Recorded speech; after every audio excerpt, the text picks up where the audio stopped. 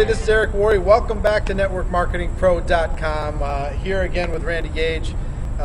Randy, yesterday we went to the marina. We sat down. We created a 5-part series.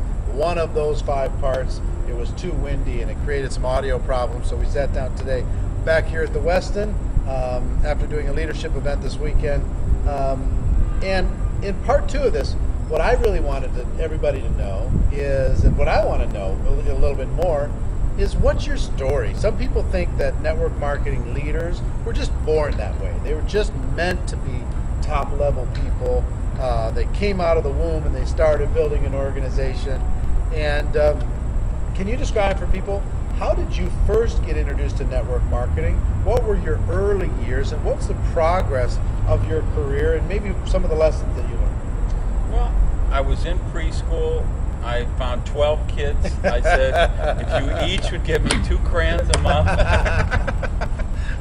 No, I tell you, I was 20 years old, got contacted, I had a business partner. We were struggling like crazy. He calls me up, he says, can you come over to the house Saturday? I got a guy coming and I want you here to protect me. I said, protect you from what? You know, you got 2 big dogs, 3 big dogs. He said, oh, I met him at the gas station. He was talking about making money. I think he's Amway. So I think, I'm 20 years old now. Amway? What's Amway? He says, you know that thing where they draw the circles about making money? I said, Jimmy, I don't know anything about circles. I don't know anything about Amway, but if it's about making money, we need to look at this because we ain't making any money. So, long story short, I go over there on Saturday. The guy comes, gets out his yellow legal pad, red pen, draws a circle, U, puts 5 circles underneath. Of course, it was Amway.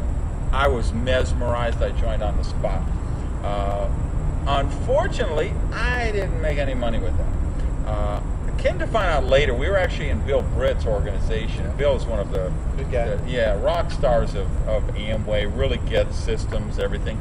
But we were so many hundreds of levels down, that message had never got there. So the line I was with would tell me, you know, go find people who own hotels, and because they buy lots of laundry soap, and you could sell lots of SA8 laundry soap. So I hung around for 6 months. I sponsored my roommate by, you know, lending him the money for the distributor kit and the first order. He dropped out after 6 months. What could I do? You know, I had lost my whole organization, so of course I dropped out. A few months later, of course, I had approached people, so a few months later, one of them came back to me and said, got a deal, it's just like Amway, only better. Only better? Yeah, well, I liked Amway, so this was better, joined that, signed up the roommate. He dropped out, I dropped out. A few months later, got a deal, it was just like the deal, it was just like Amway, only better than the deal, which is better than Amway. So you bounced around quite a bit. Bounced around forever. And really, 5 years. It's funny, I just did an interview with Networking Times, and John David Mann said, you know, what's your real qualification to talk to these people? And I said, you know, I've made millions of dollars. I've been a corporate guy. I've been a consultant. I've probably created more millionaires than anybody in the business. But what really qualifies me was the first 5 years where I struggled and bought tapes and went to meetings and lost money and just all the drama and trauma and frustration. So that's how I started. And what do you think some of the lessons that you learned in those first 5 years that have helped you, you know, be able to kind of expand into stardom and expand into big money? Well, I joined some very mature companies, and I came to the belief, and it's just my personal opinion, and if you disagree, you can write nasty things about me down in the comments, but they were so mature, I felt like I had kind of missed the boat, and that maybe I couldn't create the kind of wealth I was looking for there. I joined some brand new startups and had the chance to be in on the ground floor, and the 2 of them, they both right on schedule, 2 years old, went out of business. So I found out that you can get in on the ground floor, but there might be a basement they're not telling you about. So I realized, you know, that you need to do some due diligence when you pick a company. And it isn't just about it has to be new or it has to be old. You look at the management team and the compensation plan and the product line and what kind of traction. And you just don't jump at the first thing somebody throws your way because you're enamored with the idea. So I learned that thing. I certainly learned about a system, as we're going to talk about some of the other shows. Right. I just realized, wow, I need to do the business in a way that my people are going to be able to replicate me. So and that took me, that was really the epiphany after 5 years to figure that out. Because I finally, you know, and I actually, you know, one of the companies I joined, the second one, which was the startup, I mean, I really had some traction going there. I really had some good stuff and some good people.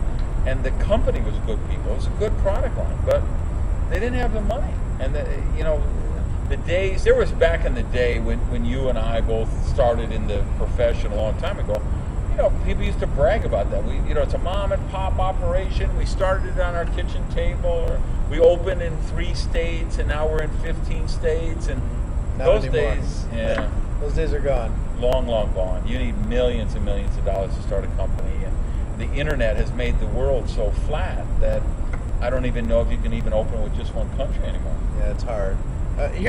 There's one thing that I want people to hear, because you've made a life around the network marketing profession, and you've learned how to create duplicable systems, and you've learned how to build huge organizations and international growth. And you had a company blow up on you, and then from that you went and started training people. You became became one of the biggest authors and trainers of generic network marketing materials. How to succeed in network marketing, how to build a multi-level marketing machine, you know, how to do all these different things. And you know what? A lot of people, and I'm talking to a lot of my friends that are watching this program right now, a lot of people bail into that road because they have their heart broken for a minute, and then they stay there and they never come back.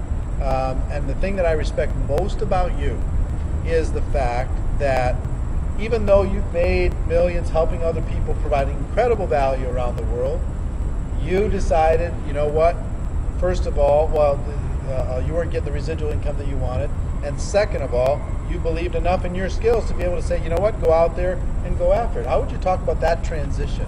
You know, what was your mindset before coming back as a distributor? I think it was 4 years ago. What was your mindset in the couple years prior to that? Well, I looked at all these people I had worked with, and that's when it really dawned on me. I really did train more MLM millionaires than probably anybody on earth. And I wasn't getting the residual income. I did have a couple of very successful businesses, was making millions of dollars, but I mean, it was definitely not passive income. It certainly was very little residual income.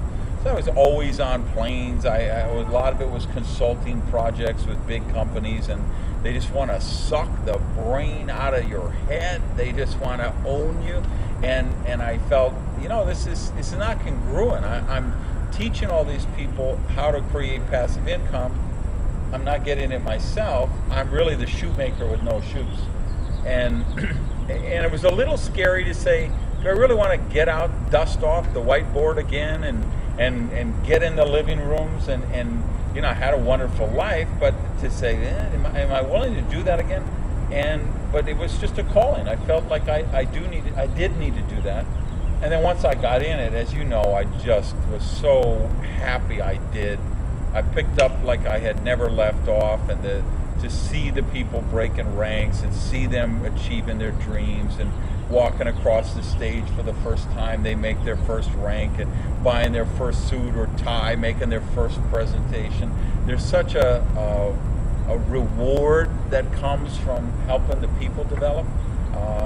So I'm so glad I got back involved in the trenches, in the field. And I bet other people that got away from, I mean, yeah, I had my heart broken like other people have.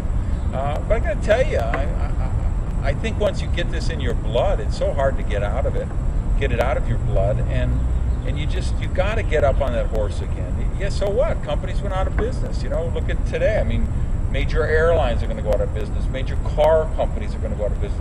It's just the nature of human nature.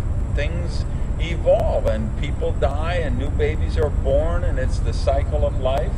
You have to go with life. So what would you say? And you've got a lot of friends, I've got a lot of friends that are telling the world how to succeed in network marketing. They're not in a network marketing company.